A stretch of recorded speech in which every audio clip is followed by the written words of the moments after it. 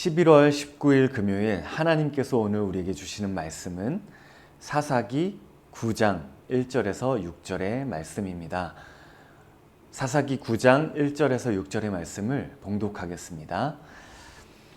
여룻바알의 아들 아비멜렉이 세겜에 가서 그의 어머니 형제에게 이르러 그들과 그의 외조부의 집에 온 가족에게 말하여 이르되 청하노니 너희는 세겜의 모든 사람들의 귀에 말하라. 여룻바알의 아들 70명이 다 너희를 다스림과 한 사람이 너희를 다스림이 어느 것이 너희에게 나으냐.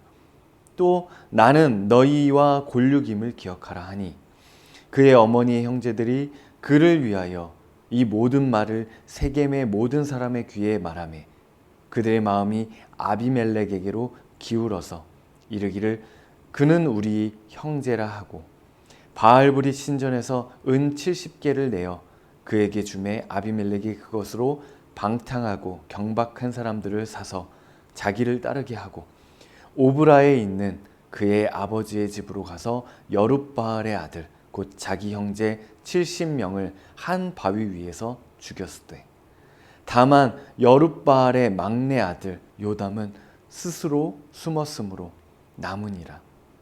세겜의 모든 사람과 밀로 모든 족속이 모여서 세겜에 있는 상수리 나무 기둥 곁에서 아비멜렉을 왕으로 삼으니라. 아멘. 사람에게는 다 이름이 있습니다.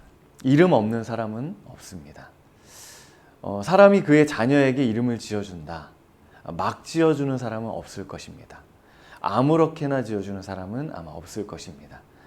그 자녀가 어떻게 자랐으면 좋겠다. 어떤 목적과 뜻을 가지고 그의 인생을 살아갔으면 좋겠다라는 크고 중요한 의미를 담아서 정성스럽게 이름을 지어줄 것입니다. 성경에 등장하는 많은 사람들도 이런 의미로서의 이름을 가지고 있습니다. 특별히 오늘 본문에서는 여룻바알, 바로 기드온의 아들 아비멜렉이 세겜에 등장합니다. 아비멜렉의 이름의 뜻이 무엇이겠습니까? 내 아버지는 왕이시다. 내 아버지는 임금이시다. 입니다. 여기서 아버지는 아비멜렉의 아버지 기드온을 가리키는 것이 아닙니다. 왜냐하면 사사기 8장 22절과 23절 때문에 그렇습니다. 22절, 23절 부분을 한번 읽어보겠습니다.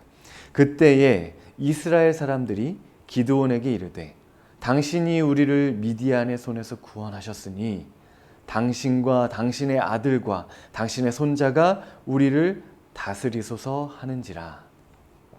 기드온이 이방 왕들과 적들을 무찌르고 백성들을 구원해냈습니다. 사람들이 기드온을 믿고 우리를 다스려달라고, 우리의 왕이 되어달라고 말합니다. 그러나 기드온은 23절에서 이렇게 얘기하죠. 기드온이 그들에게 이르되 내가 너희를 다스리지 아니하겠고 나의 아들도 너희를 다스리지 아니할 것이요 여호와께서 너희를 다스리시리라 하니라. 기드온이 이스라엘 백성들을 구원해내고 수많은 적들을 물리쳤다 할지라도 기드온과 함께 하시고 기드온에게 능력 주시는 분은 바로 하나님이시라는 것을 기드온은 알았기 때문에 이렇게 말할 수 있었습니다. 그런 기드온은 자기의 믿음, 자기의 신앙, 그리고 자기의 아들이 이방인이며 첩의 아들이라고 할지라도 그의 인생에는 하나님만이 진정 그의 삶의 왕이시다. 이 아들을 통해서 많은 사람들이 하나님이 정말 우리의 왕이시구나라는 것을 알 수 있도록 그런 의미로 아비멜렉이라는 이름을 지어주었을 것입니다. 그런데 안타깝게도 아비멜렉은 자기에게 주어진 이름의 뜻대로 살아가기가 너무 어려웠던 것 같습니다. 그 이유는 무엇이겠습니까? 여러 이유가 있었을 것입니다. 8장 후반절의 말씀에 의해 추측해 보자면 그는 세겜 출신 가나안 여인의 아들이었습니다. 그리고 첩의 아들이었습니다. 기드온이 많은 욕심 때문에 수많은 아내를 두었고 아들도 많이 낳았습니다. 무려 70명이나요. 그리고 그 안에서 아비멜렉은 극심한 열등감, 소외감들을 경험했을 것입니다. 이방인의 아들이다. 첩의 아들이다. 너는 그래서 안 된다. 그래서 아비멜렉 자신의 삶을 인도하시는 것은 하나님이 아니라, 그리고 자신이 살아남을 수 있는 것은 하나님의 인도하심이 아니라 바로 힘, 권력, 자신의 상황을 역전시켜줄 무언가라고 믿게 되었던 것 같습니다. 그리고 이 문제는 단순히 아비멜렉 한 사람의 문제라기보다는 사사기 시대를 사는 사람들, 이스라엘 사람들, 심지어 기드온의 자식들 또한 세상이 추구하는 것과 같은 사고방식을 가지고 살아가고 있음을 본문은 알려주고 있습니다. 그래서 그런지 오늘 본문에서 아비멜렉은 자기의 욕망을 채워줄 수 있는 그 권력을 얻기 위해서 세겜으로 갔습니다. 그리고 세겜 사람들을 선동합니다. 자기에게 힘을 모아달라고 말입니다. 자신들이 섬기는 그 바알을 무찌른 그 기드온과 그 집을 무찌를 수 있도록, 그래서 너희들을 다스리게 해달라고 사람들을 선동합니다. 그래서 모은 은 70세겔로 방탕하고 경박한 사람들, 불량배들을 사서 기드온, 바로 여룻바알의 아들 70명을 모조리 죽였습니다. 요담을 제외하고요. 그리고 마침내 아비멜렉은 세겜에서 왕이 됩니다. 여러분, 아비멜렉의 이름의 뜻은 무엇이었습니까? 하나님이 자기 백성의 왕이시다. 그런데 아비멜렉, 자기가 왕이 되었습니다. 여러분, 사사기에서 왕은 단 한 명도 등장하지가 않습니다. 오직 이스라엘의 왕이 되시는 분은 하나님뿐이세요. 아비멜렉 이전, 이후 단 한 명도 없습니다. 물론 많은 왕들이 사사기에 나오죠. 그런데 다 이방인 왕입니다.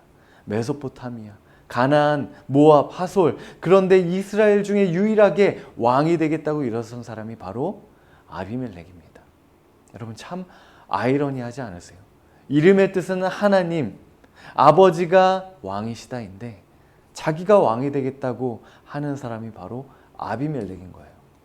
그리고 또 한 가지는 기드온의 이름입니다. 바알과 대적한 자라는 별명으로 여룻바알이라는 이름이 기드온에게 주어졌습니다. 그런데 그의 아들은 오히려 바알을 섬기는 그 사람들, 바로 세겜 사람들에게로 가서 하나님을 대적하고 있다는 것이에요. 여러분, 하나님이 아닌 자기가 왕이 되려고 하는 사람의 삶이 어떻습니까? 자기가 원하는 것을 위해서는 물불 가리지 않는 것입니다. 속임과 선동과 권력욕과 살인이 그 삶에 가득한 것입니다. 그러나 무엇이든 다 얻은 것 같으나 실상 그의 삶에는 아무것도 없는, 누구도 책임질 수 없는 그런 연약한 인간의 고독함밖에 남지 않는다는 것입니다. 그래서 사사기 후반의 장에서 계속해서 언급하는 것은 무엇입니까? 이스라엘의 왕이 없으므로, 이스라엘의 왕이 없었으므로, 이스라엘의 왕이 없기 때문에 사람들이 다 자기 소견에 옳은 대로 행하였더라 라고 말씀합니다. 저는 이 사사기의 이 말씀이 왜 이렇게 슬프게 들리는지 모르겠습니다. 정말 이스라엘의 왕이 필요하기 때문에 왕이 없다고 지금 말하는 것인가요? 이스라엘의 왕이 없어서 사람들이 이렇게 행동한다고 생각하시는 것인가요? 그렇게 해석하셨다면 우리는 어쩌면 사사기에서 나오는 이스라엘 백성들처럼 세상의 방식대로 생각하고 세상이 추구하는 대로 살아가는 것에 익숙해졌는지도 모르겠습니다. 이스라엘의 왕이 없으므로 라는 말씀이 슬프게 들리는 이유는 이스라엘 가운데 하나님이 왕으로 계신데도 불구하고, 그분이 왕으로서 이스라엘을 다스리고 계심에도 불구하고 이스라엘은 하나님을 왕으로 여기지 않고 있다는 것입니다. 이스라엘은 왕이 없는 나라처럼 살아가고 있다는 것입니다.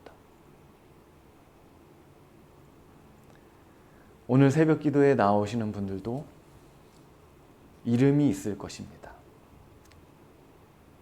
여러분들의 이름은 어떤 의미입니까? 어떤 의미를 가지고 있습니까? 예, 각각 다르겠죠. 그런데 그 의미대로 자신의 삶을 살아가고 계십니까?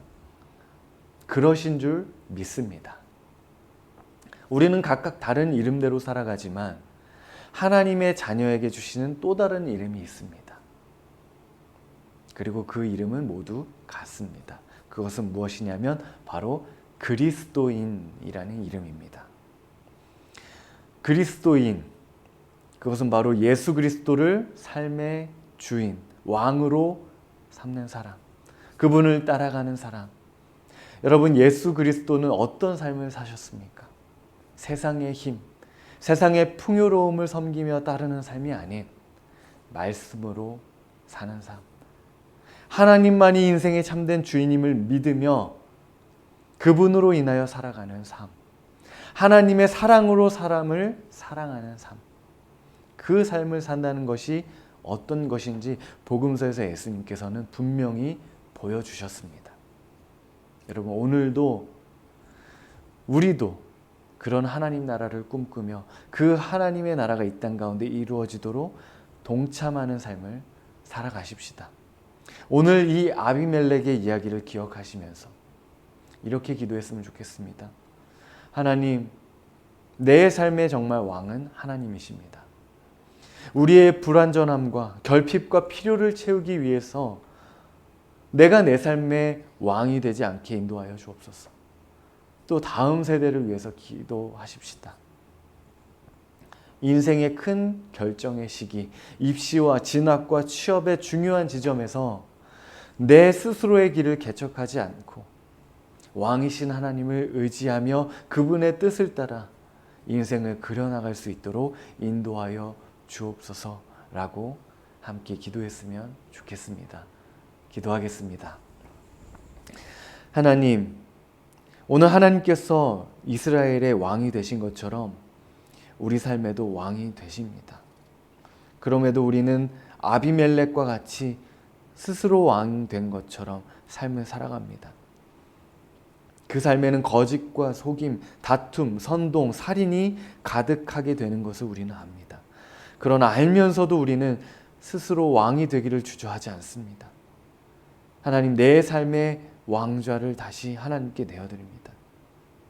하나님, 저는 왕이 아닙니다. 하나님, 우리는 우리 삶의 주인이 아닙니다.